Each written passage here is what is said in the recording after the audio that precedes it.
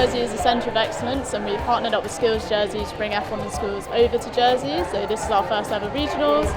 The buzz in the room is absolutely amazing, and we've got about 16 teams all competing to be crowned champions in their different class and make it through to a national final. Having the opportunity to race on such a big track and also being able to compete against some amazing teams is really cool. Tried our hardest, and I just want to get out there and see what we can do today.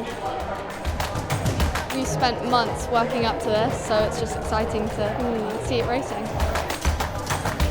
It teaches kids about technology, it teaches them about design, it teaches them about business skills, which give them some really key skills for the future. Some incredible designs, lots of thought gone into the cars, an incredible amount of work. How articulate, how thoughtful you've been, how you can express what you've been doing, and that working together is such an impressive thing to see happening. This is just the start. It's the first regional final. The event's been absolutely amazing, and yeah, you've all done a sterling job.